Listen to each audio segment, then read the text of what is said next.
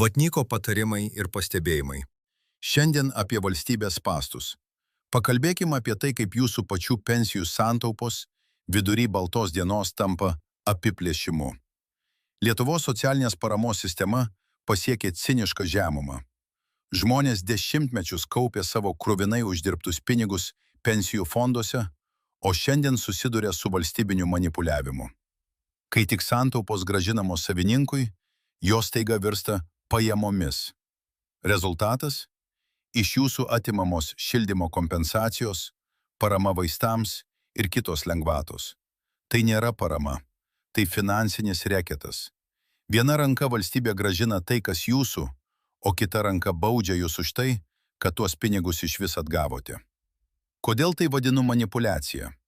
Logika paprasta.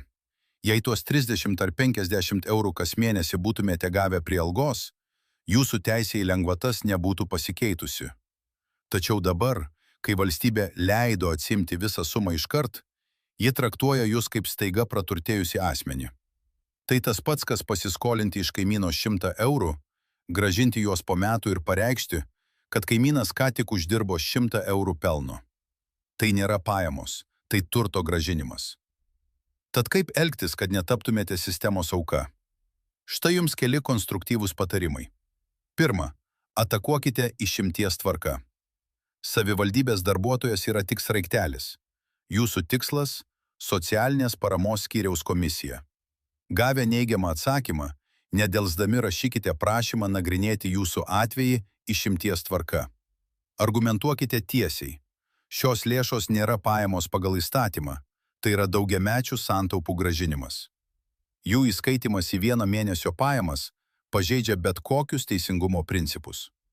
Antra, reikalaukite išskaidymo principo.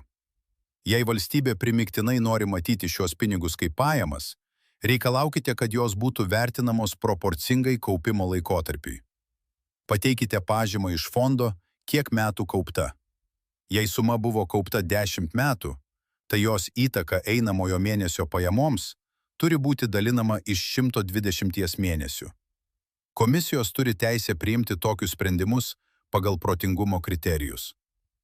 Trečia, pasirūpinkite oficialiu raštu iš mokesčių inspekcijos. Per Mano VMI paklauskite, ar grąžinama antros pakopos pensijų suma yra laikoma mano apmokestinamosiomis pajamomis.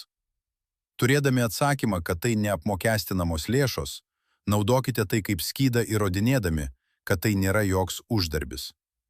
Ir galiausiai viešumas. Biurokratija bijo šviesos.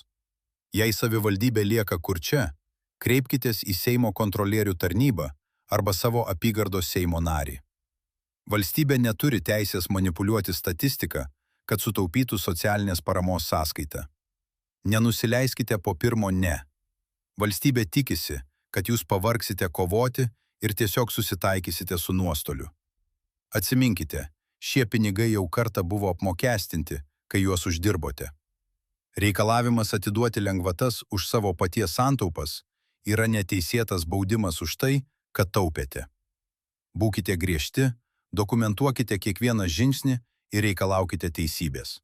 Sėkmės!